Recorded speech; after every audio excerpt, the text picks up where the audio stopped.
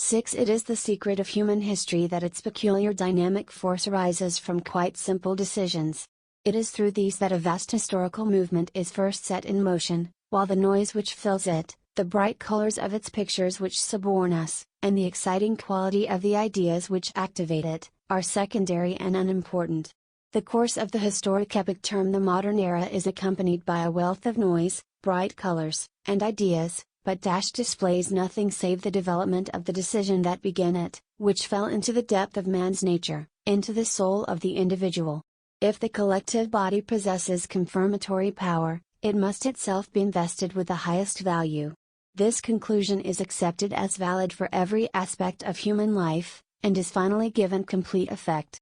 The collective body launches itself as a nation, establishes itself by separation and delimitation from other collective bodies, and grants confirmation only to those within its own national shell.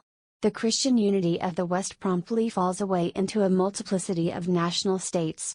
Nationalism takes the place of religious fervor, and becomes the most elementary force of the new historical epoch. It takes over at once the phenomena of fame, of honor, of vanity, etc., which are valid only against the confirmatory background of the collective body, and which, by the fall of the individual, have become supreme values. The nation itself becomes the individuum, greedily hungering for confirmation by other nations. It produces itself in front of a house of spectators, the stalls of the world, and must have applause to make the role it plays a reality. The nation constitutes the external shell. It contains the people, the internal shape of the body collective, who at the same time make up the nation. The people, too, must logically become the supreme value if they represent the sole source of confirmation. The people have to receive, as does the nation, the attributes of divinity. Thus the thesis is accepted that all power comes from the people, the only logical conclusion from what has taken place at the apex of the human hierarchy between the individual and God. The individual of his own will change to what hitherto had been his godly opposite when he accepted confirmation by the collective Hodi. Nation and people merely constitute links in a closed chain of causality to which they are bound, and yet both of them pretend to follow laws of their own, giving them the appearance of being independent elements.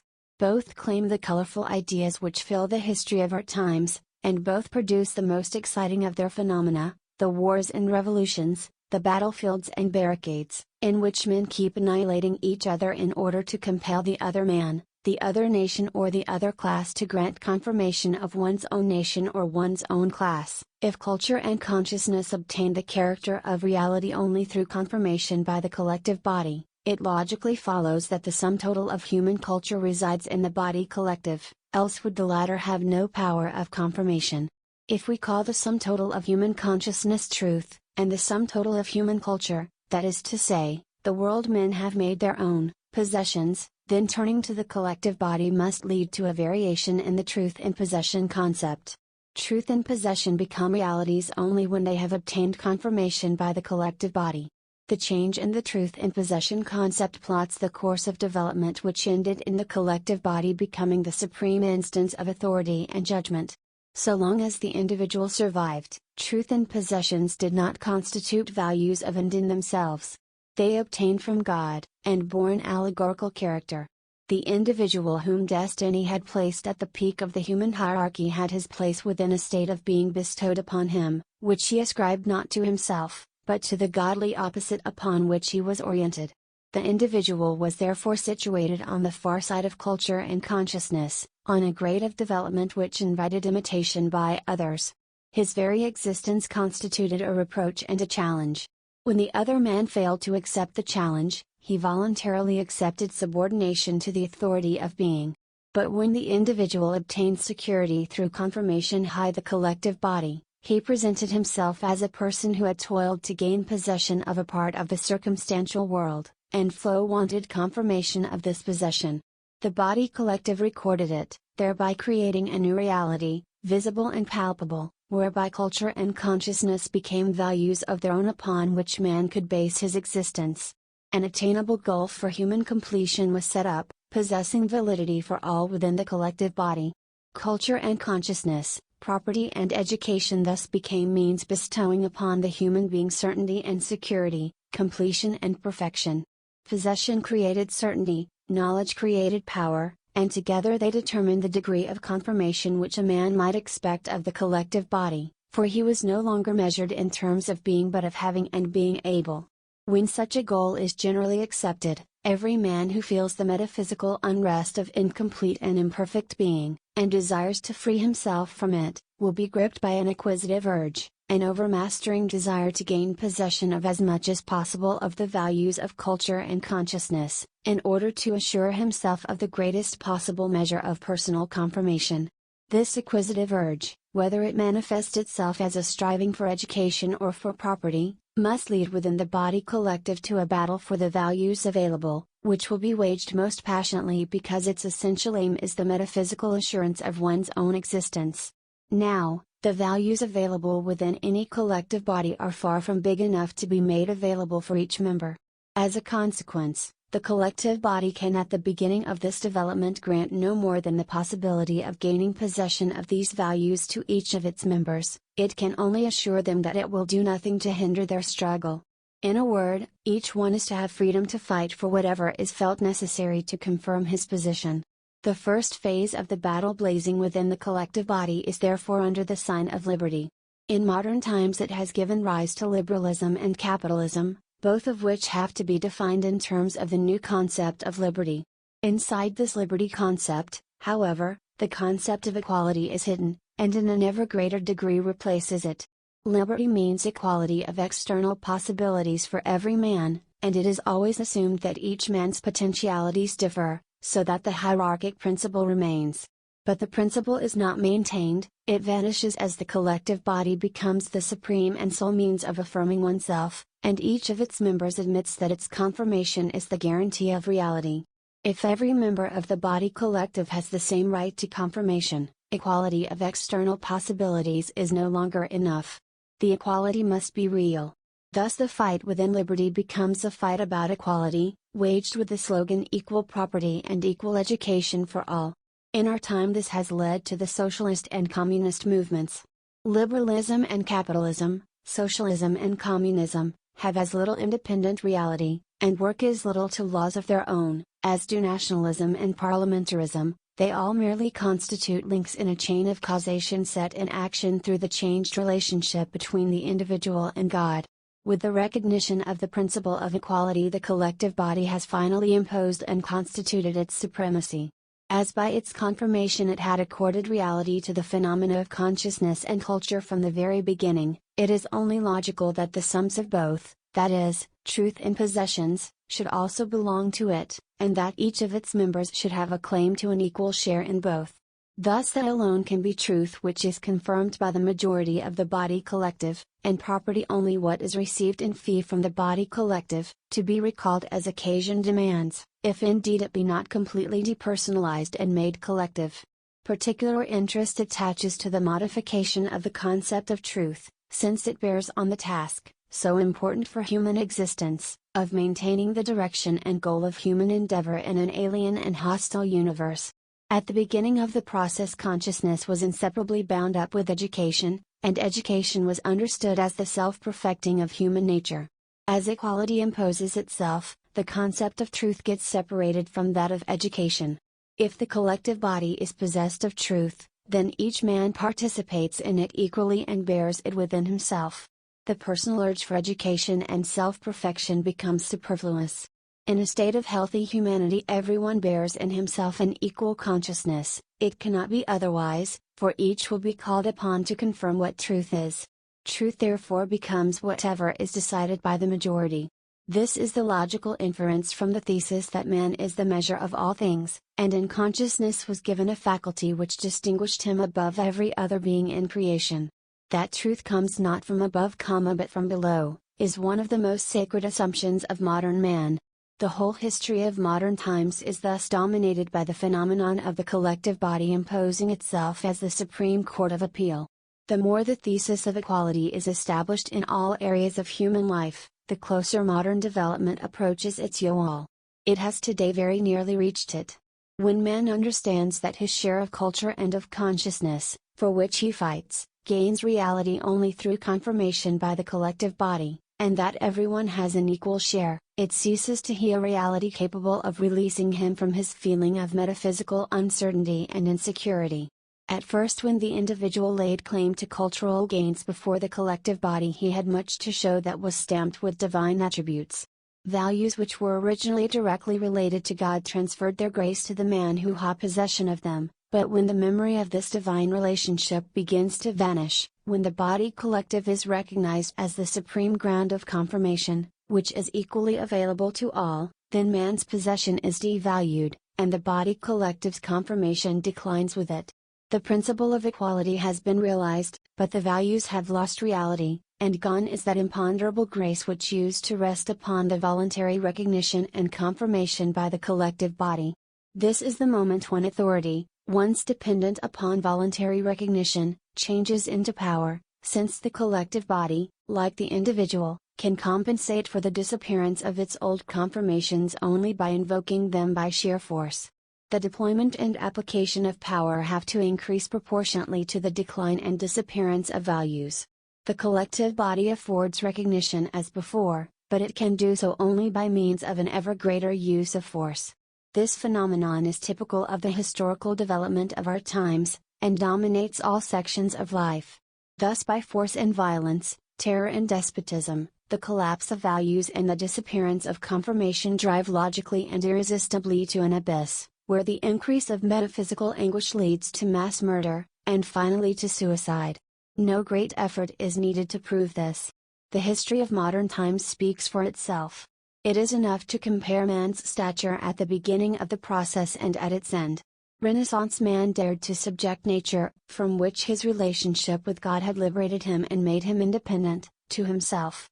He took over the ideas of Democritus, prerequisites for the mathematical method corresponding to his consciousness, and atomized and mathematicized nature and the universe and subjected them experimentally to the conditioning of his will until they surrendered a part of their secrets. The space above man had hitherto been regarded as sacramental, as a preserve of God. But once the planets had been adapted to the mathematical laws of man's consciousness, man stepped into the sacramental area. The godly opposite was extinguished in the concept of infinity, a void subjected to man's mysterious power to impose mathematical formula. With the aid of natural forces he created instruments enabling him to take possession of the world and grasp after the whole cosmos, thereby setting up for all mankind the aim of a three-in-oneness composed of consciousness, instruments, and culture. Man-created instruments were to be capable of embracing the whole of being and natural creation, and at the end of his development, man was to be God and master over nature and the universe. The uniqueness of the Christian individual gave the chain of causation set in motion by man's fall at the peak of the human hierarchy uniqueness in the history of humanity. If a development unexampled in the world's history is to be traced to an event which took place some 2,000 years ago on Palestinian soil, and tendencies in profane history only to be apprehended as the outcome of that event strongly support the supposition, then an equal importance must be attached to the fall of the Christian individual who claimed the right to appropriate to himself the attributes of God, and to have the reality confirmed by the whole of humanity, thus setting himself up for a God. The man of today who has stepped into the inheritance of the individual, and is his immediate descendant, only admits the fact to himself at the moment when the collective body's confirmation lifts him onto a lonely height and he sees the world, nature, and the universe lying beneath him.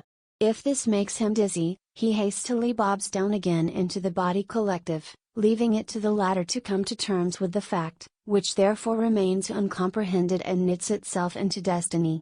Only in this manner can one explain the fact that humanity is caught into a stupendous development of increasing speed, and at the same time is so smitten with blindness as no longer to perceive its own position. Certain phenomena in modern times have given unique importance to the fight for values which invariably takes place after the fall, the apex of the human hierarchy. They all arise from the Christian inheritance which the man of the West began to destroy when he claimed it as his own creation.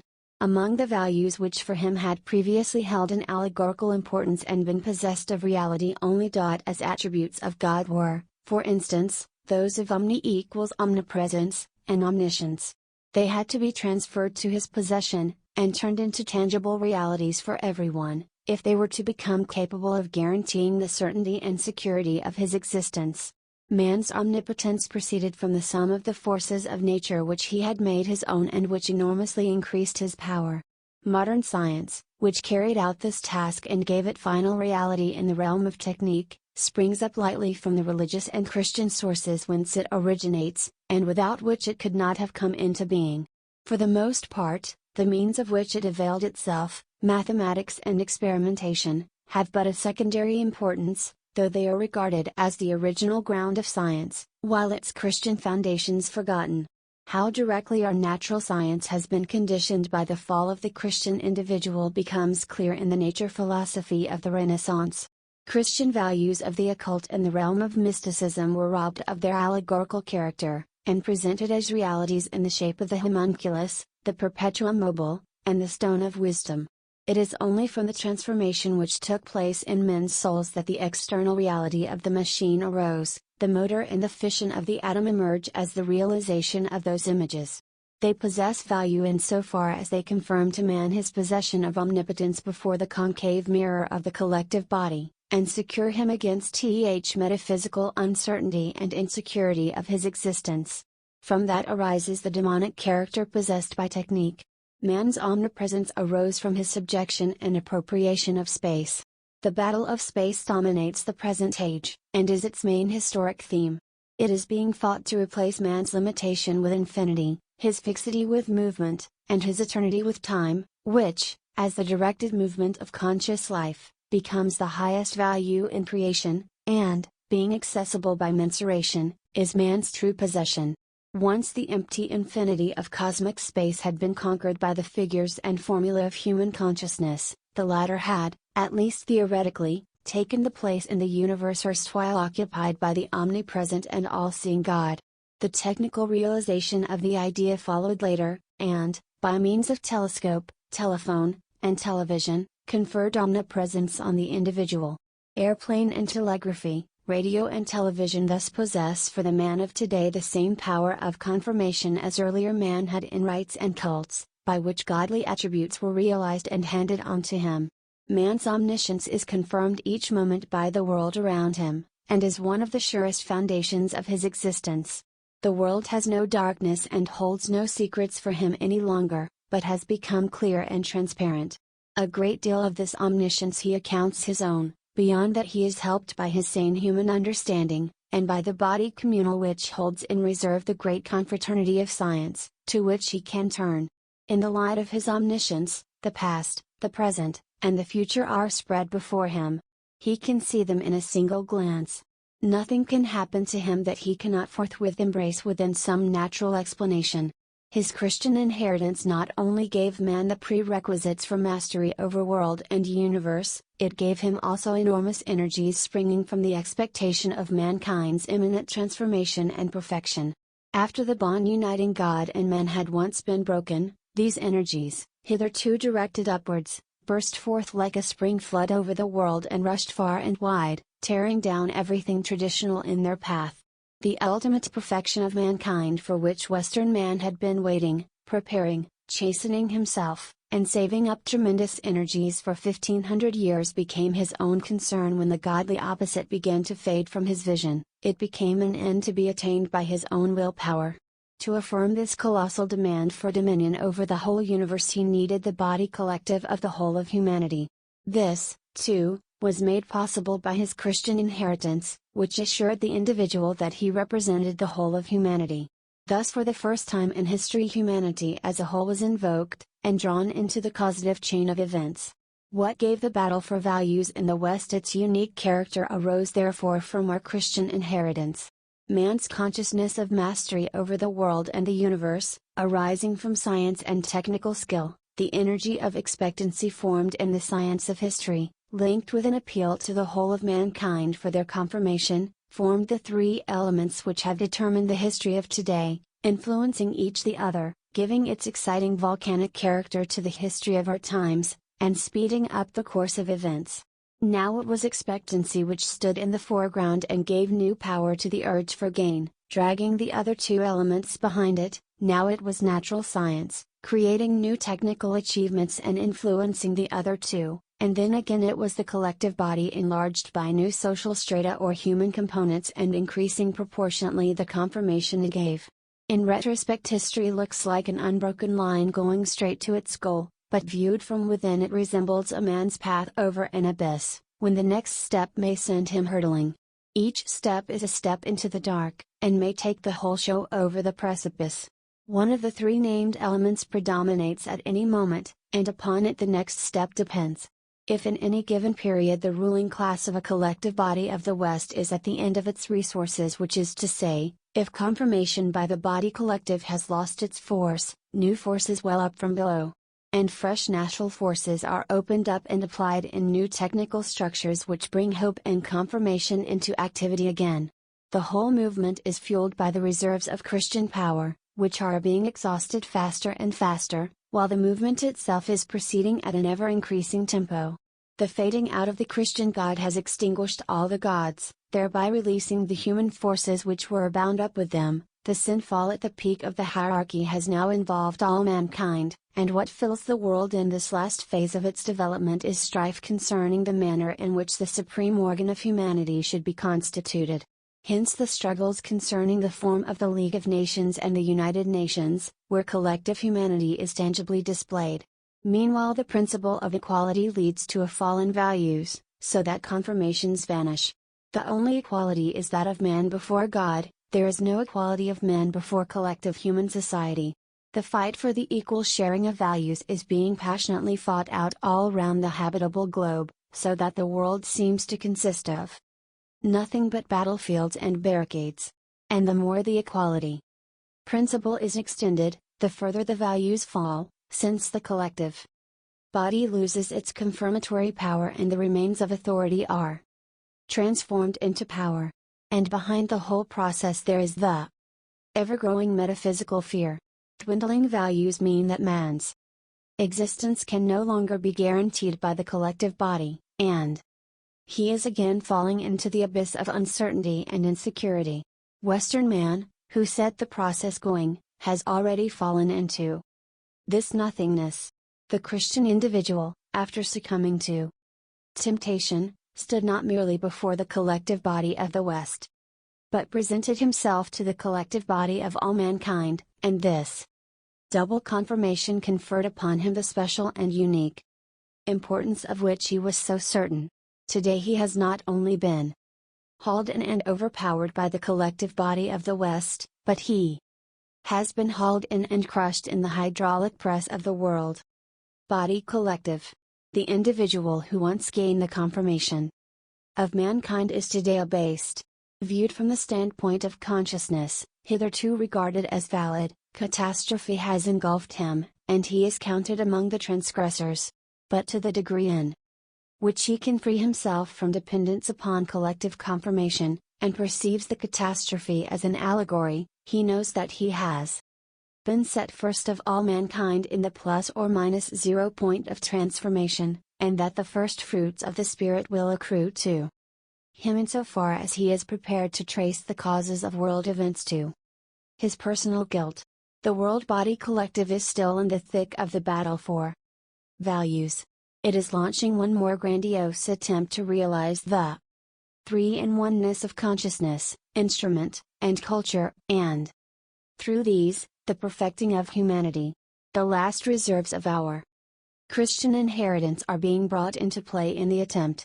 In Tom Fission, natural science has provided cosmic forces to serve the effort. The masses advance their claims on the broadest of fronts.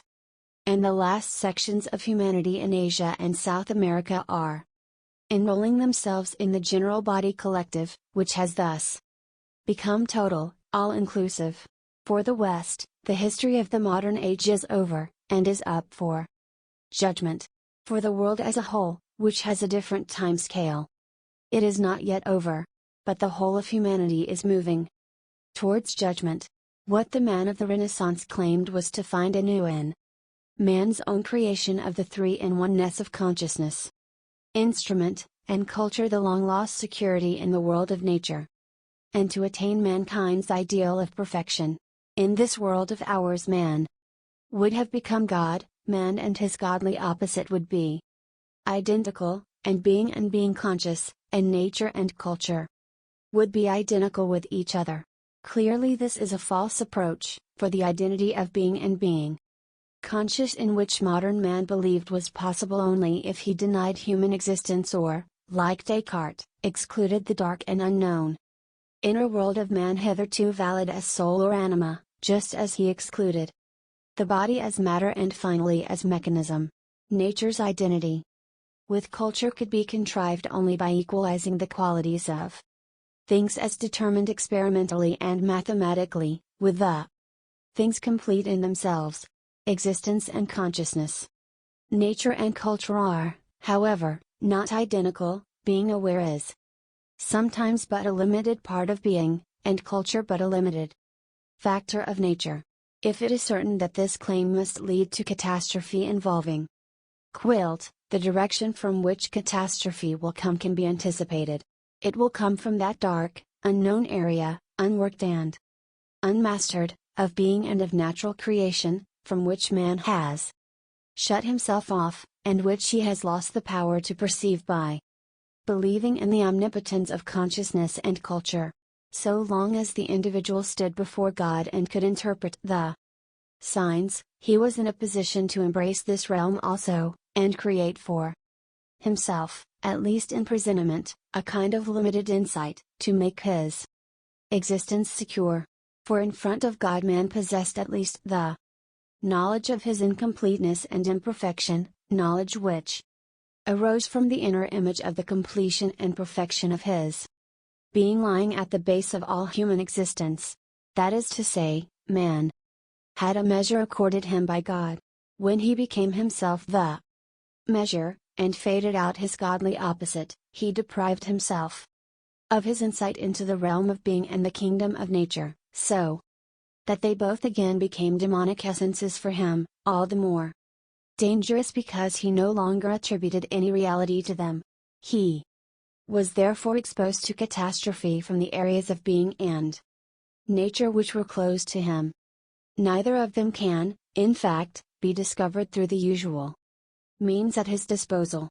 It is of no avail to build ever larger telescopes and more delicate apparatus further to open up the universe and nature, just as it is of no avail to define one's consciousness ever more clearly and think even more accurately.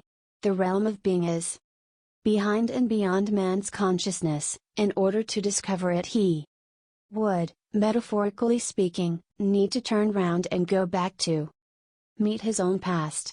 But to achieve this he must tear himself free from his past, which means he must already have turned into another person, transmuted himself. In order to approach the realm of being anew, man must have given up the thesis that consciousness is identical with existence. He must also have given up and rejected the basis of his existence today. Similarly with the realm of nature. Its darkness does not somehow begin at the point where the power of his apparatus and the precision of his experiments come to an end, for man unconsciously absorbed it into his culture. He works with natural powers which he believes he understands when he has managed to express a few of their qualities in mathematical formula and to determine experimentally a few of their reactions. He equates these qualities and reactions with the forces regarded as a whole. Thereby he has introduced something into the shell of his culture which has remained dark and unknown, and which at any moment may announce itself in some quite different form. Culture may embrace the whole of nature and the universe, and yet at any moment an event may occur within it of catastrophic dimensions. For with the natural forces he has secured, man is biting into a cosmic order only a sector of which is mathematically and experimentally accessible. He has lost his sense of the intricate structure of the whole which he possessed while he perceived behind nature and the universe the might of the godly opposite. Catastrophe may therefore ensue from the natural world, or arise from man's own being. We need scarcely emphasize how closely being and the realm of nature are bound up together, how related and working in polaric reciprocity, so that they are inseparable. Since man sketched a picture of nature as a piece of machinery, adapted to the laws and formula of mathematics, he has lost the anguish which had hitherto been humanity's constant companion. Catastrophic events are alien to his mode of thought. For the broad masses even today the laws of classical physics, and Newtonian mechanics, based upon the atomic theory of Democritus, are still valid.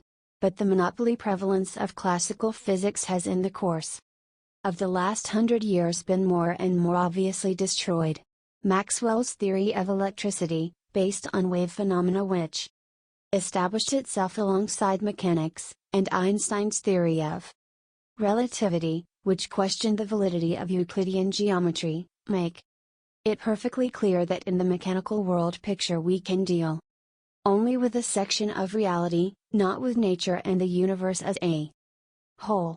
20th century atom physics paralyzed with its quantum theory the idea of causality, undermined classical physics, and showed that nature and the universe are not under the law of causal compulsion, but dispose of vital freedom which, like life itself, can be mathematically only embraced by statistical probability. The new ideas of freedom, validly established in physics for the atoms, reactions and in biology for the fine directional centers of heredity, will without question lead to discoveries in the science of the future, which will vastly enlarge the concept of freedom in nature and the universe. Man will then no longer be opposite a world which he can comprehend as a piece of machinery or an apparatus in the formula of mathematics, but will find himself once more facing that dark and discomforting opposite which constrains him, which may at any moment overpower him, and which he must approach in a quite different spirit from that which he manifests today. Already he is becoming aware of the insecurity of his existence. The voices of well-known physicists have for the first time been warning us earnestly and insistently of the incalculable consequences of scientific experiments. Since atom fission became a reality and mankind found itself facing the possibility of harnessing cosmic forces, there has been a steadily increasing depression, whereas discoveries and inventions have hitherto tended to heighten man's expectations, strengthen his security, and whisk him at an increasing tempo into a happy future, atomic fission has worked in the opposite direction. Alarm, despondency, and unrest are spreading far and wide, and it has so far proved impossible to inject the masses with optimism. Instead, there is evidence of a growing antagonism to scientific research, which is regarded as the source of all evil, and the idea that the end of the world is imminent, which for thousands of years has been a component of our religious heritage, is recurring. Finality is not only becoming a reality to be taken into account again, and the possibilities of extinction by heat or cold or atom conflagration being seriously discussed and weighed, but the presentiments and fears of the broad masses keep revolving directly round the possibility of the world coming to an end. Sunspots and magnetic disturbances, earthquakes and comets, even the customary phenomena of cold and heat, high water and drought, suddenly appear to have gained a hidden significance which cannot be overlooked. There is a new preparedness, looking apprehensively at nature and the universe and watching for omens which only a few decades ago passed unnoticed or were dismissed with a shrug. Dark premonitions are bearing down upon man and gnawing away his security at the very roots. These forebodings are not without justification. For half a millennium man has been measuring everything by himself, that is to say, by what he believes he is, and has intruded with this measure into the order of nature and the universe. The latest scientific discoveries show how extremely sensitive are the tiniest components of matter and of life, and what colossal forces rest within them. Catastrophe, however, can ensue from man's being, which has been excluded from consciousness and turned into an alien and demonic force capable of annihilative power. Since man set being and being Conscious on an equal plane, he has been deprived of access to being. And unable to interpret its signs. Consciousness requires clear separation from the opposite to maintain its own clarity. But being is situated beyond being conscious. Man is in the midst of his being, he is it himself, and cannot set himself in opposition to it. And delimit himself from it, but must subject himself to it and listen to the faint voice of conscience. But having founded his whole existence on consciousness and custom, it is precisely that which he cannot do. Man's being contains the whole of his existence, past and present, and future, the realized and the unrealized, for it contains the picture of completion and perfection at which man has been aiming and to which he is related.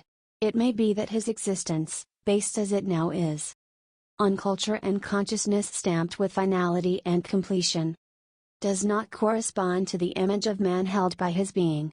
It may be that the image formed by man in stone and steel in the world around him, and which is secured by his consciousness, contradicts the other important image of him, and is opposed to the sense and aim of human development.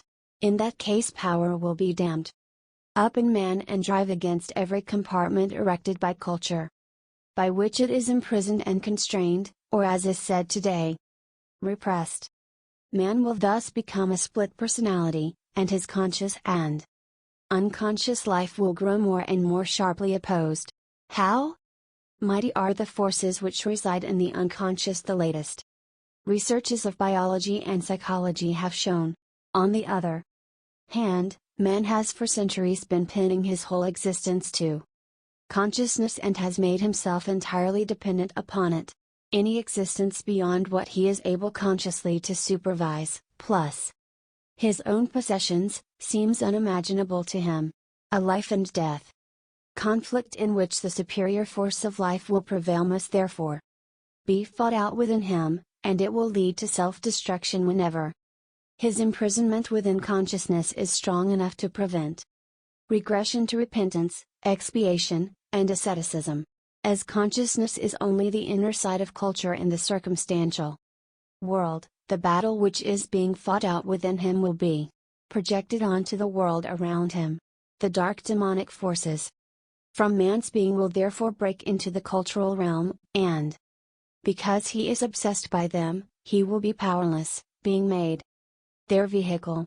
Dammed up for so long, they will exercise destructive power and cause man to shatter the safe edifice of his culture. If the catastrophe arising from his being breaks over man, he will endeavor to force it into the old categories of consciousness in order to master it, in much the same way as he enlarges and refines his instruments vis-a-vis nature and the universe. And because his consciousness is in no condition to embrace reality, he will not recognize the catastrophe, but he will sharpen it, for the categories of consciousness serve to make his consciousness secure, and will oppose the assault of the unknown. While man's consciousness cleaves to the values of culture, upon which it has based its actuality, the catastrophe breaking in upon him from being will destroy precisely that actuality, and thereby remove from consciousness the basis of its security and certainty. That eruption of being into the realm of consciousness finds, then, its reflection in man's circumstantial world, and it is just this which he takes to be reality, because it presents itself as visible and tangible, instead of recognizing it as the projection of the battle between being and being conscious which is being fought out within him.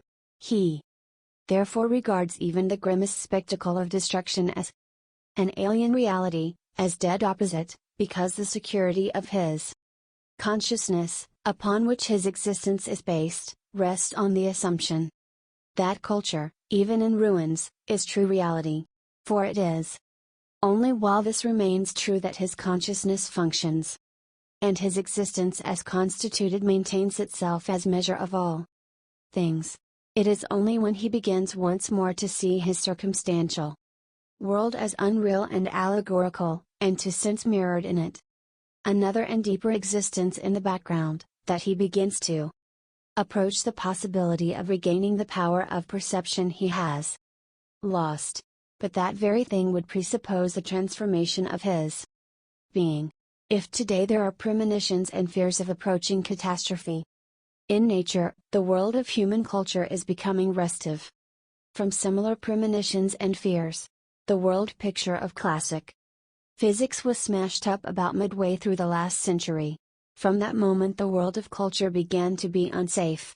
Men were gripped by unknown forces coming from being, and perceived their own void, from which one may infer that being had begun to sap man's forces.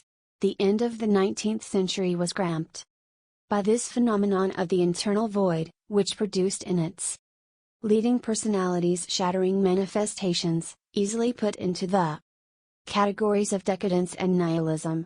When natural science in the 20th century, through the relativity and quantum theories, destroyed the picture of physics hitherto prevailing in the West, the forces dammed up in the realm of being straightway began to break with daimonic force into the realm of consciousness, and to smash the shells of culture. The same manifestations make themselves felt everywhere and, conformably with the world around them, wear different masks.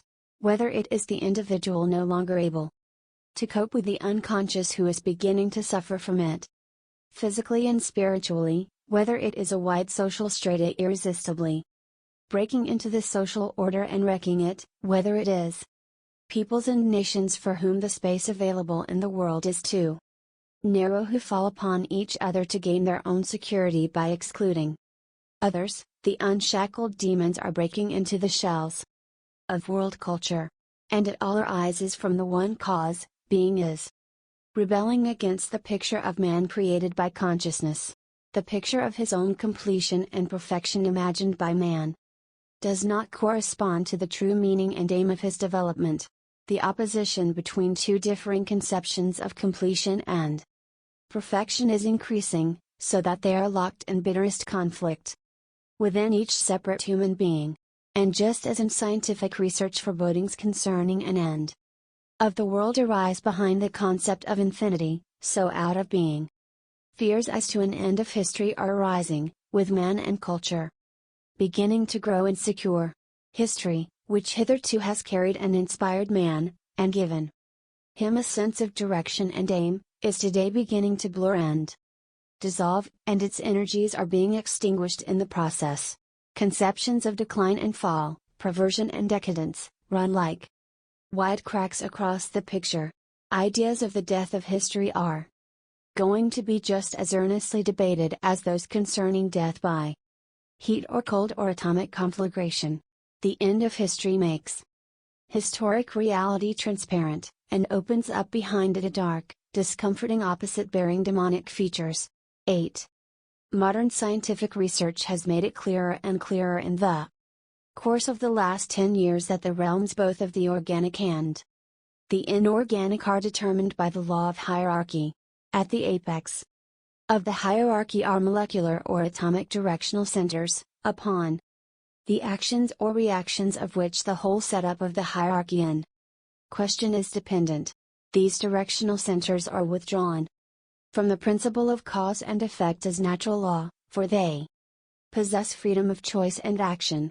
It is true that actions springing from this freedom impose on the hierarchical setup a chain of causation proceeding from above downwards or from the kernel's center to the periphery of the shell, and, embracing ever wider masses, roll on by gravitational force ever more compulsively.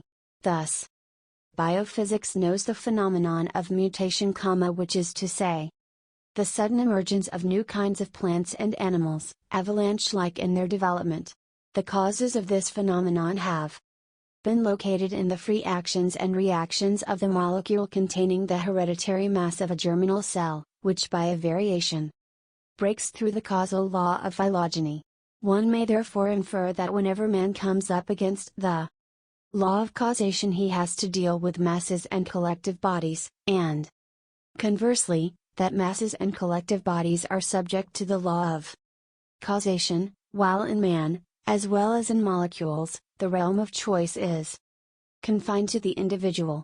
Causation is the result of freedom and decision in a directional center at the apex of the hierarchy, of the individual man within the hierarchy of humanity, of the individual atom within the hierarchy of matter, and of the individual molecule. In its appropriate hierarchy, the course followed in causation is therefore always of a secondary nature, resulting from a free non-causal event which, as primary cause, set it in motion. Those who set up causation as the supreme law thereby renounce all knowledge of the first cause. In the beginning there is always an act carried out in freedom.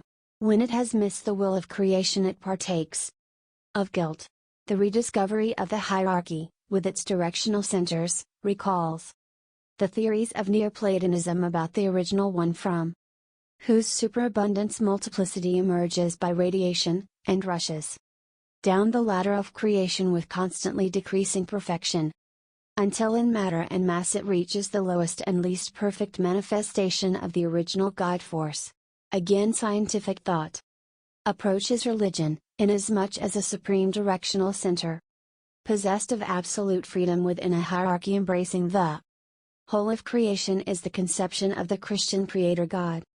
Shining through the figures and formula of scientific research, the Christian individual in any case once constituted such a directional center at the peak of the human hierarchy.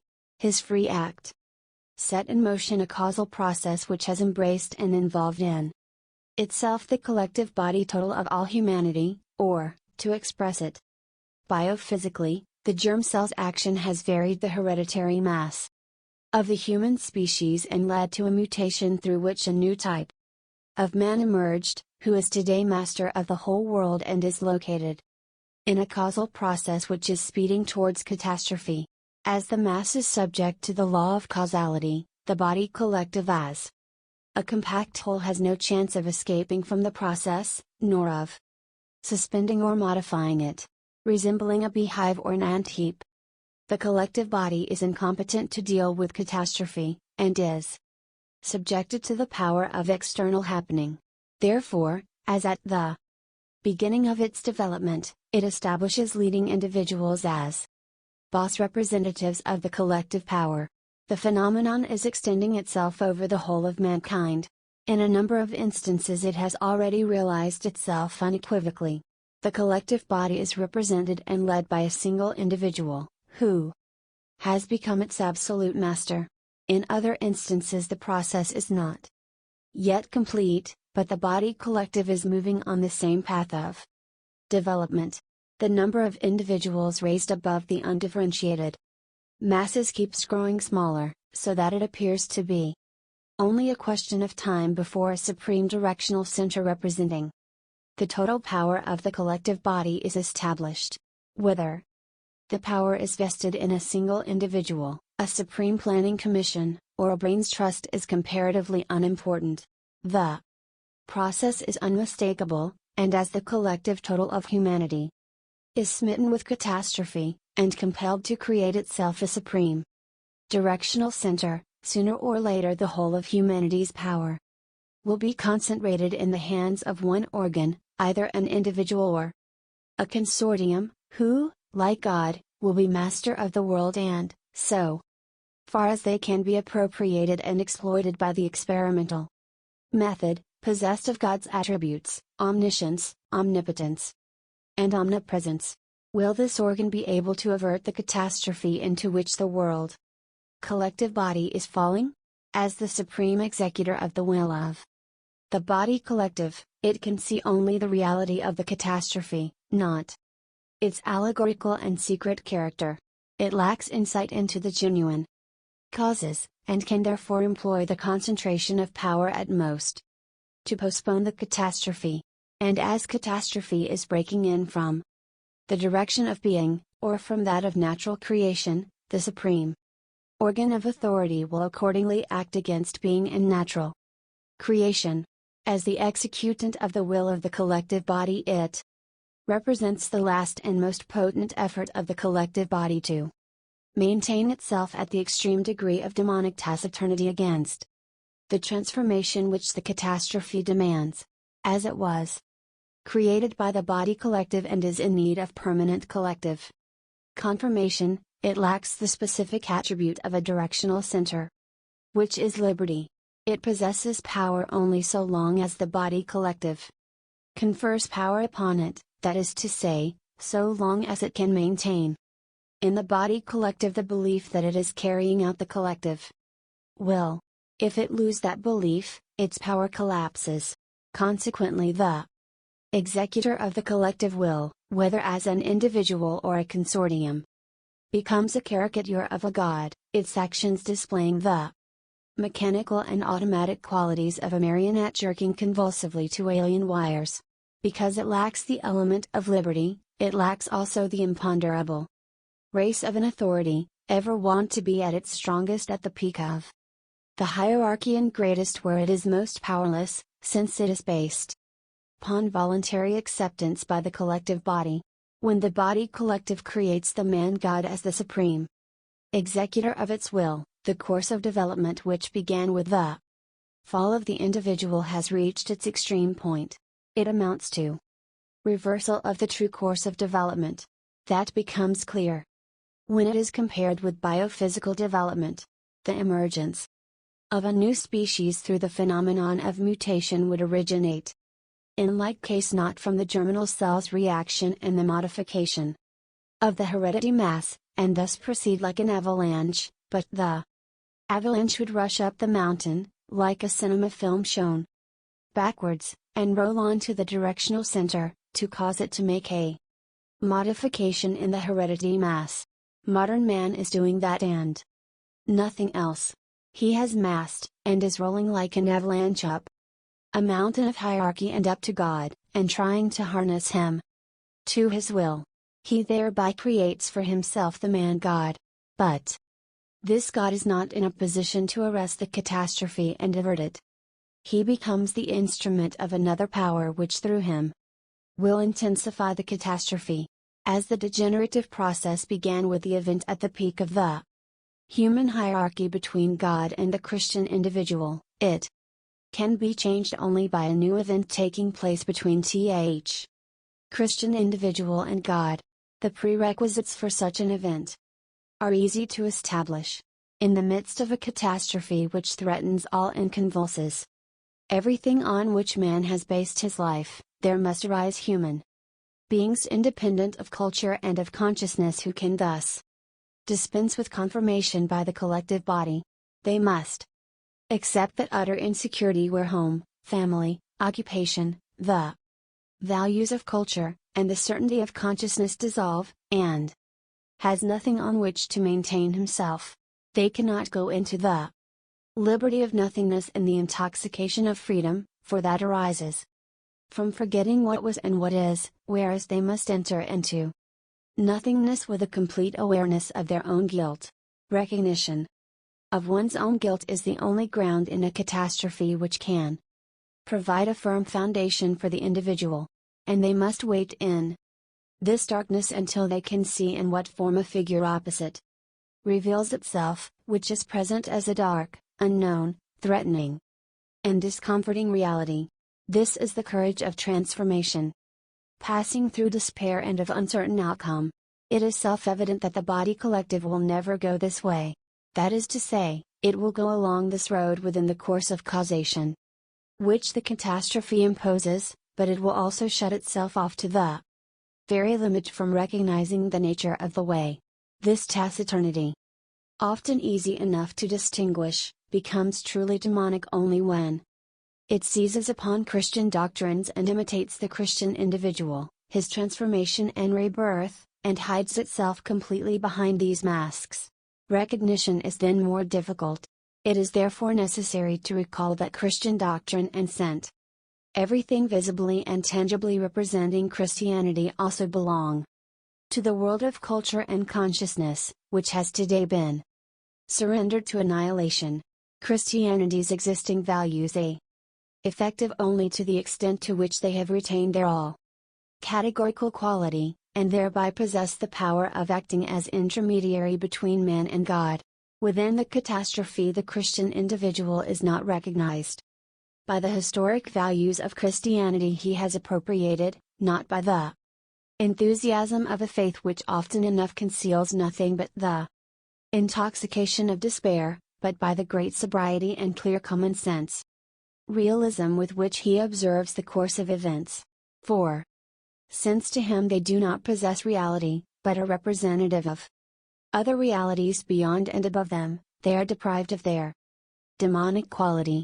As supreme executor of the collective will, it is probable that man, God will mask himself with all tangible Christian values, and employ them to hang a mantle of authority round his power, as Solovyov describes in the story of Antichrist.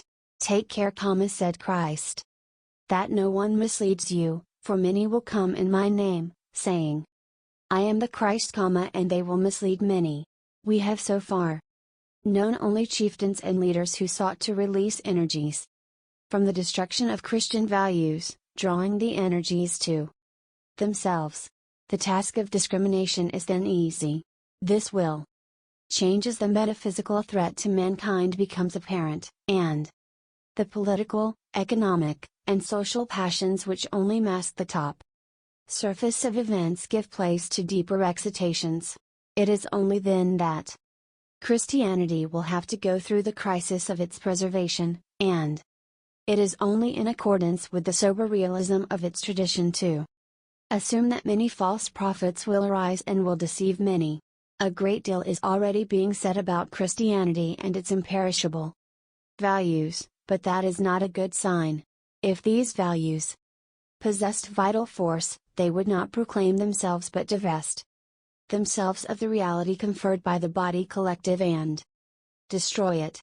They would sail before the storm of the catastrophe and interpret the signs, and the old truths would not be preached from the world's pulpits, but the call to repentance would be borne about in the pseudo-reality of the stalls and markets by men who take nothing but a stick for the journey, no bread, no wallet, no coppers in their girdle, as it is said in the Gospels.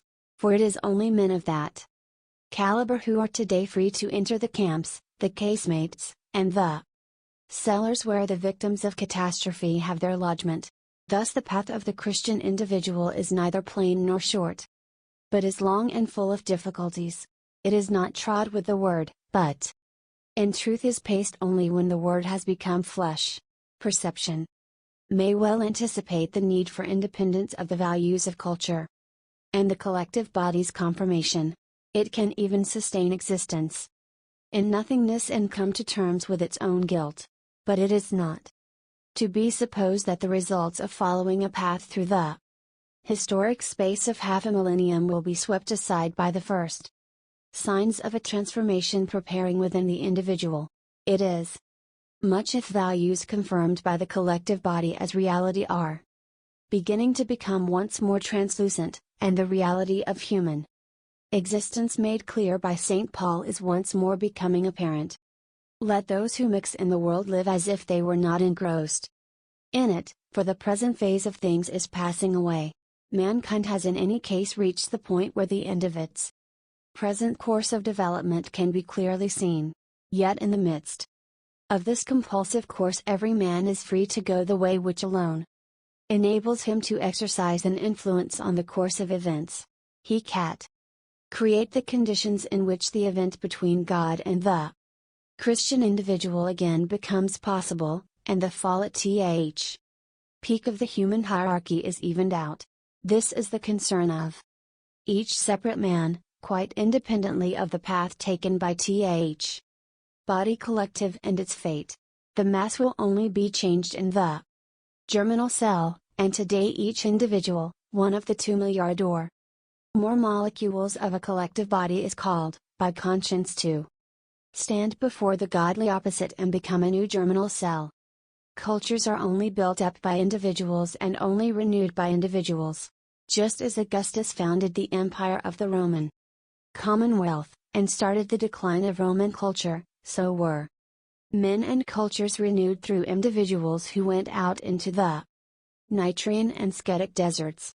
As Jacob Burckhardt wrote in a letter to his friend Preen, things can only change and grow otherwise through ascetic Persons who, independently of the enormously costlier big towns, live far away from all speculative enterprises and from the horrible luxuriousness into which official art and literature have fallen, and help the national spirit and the people's soul to find their true expression again.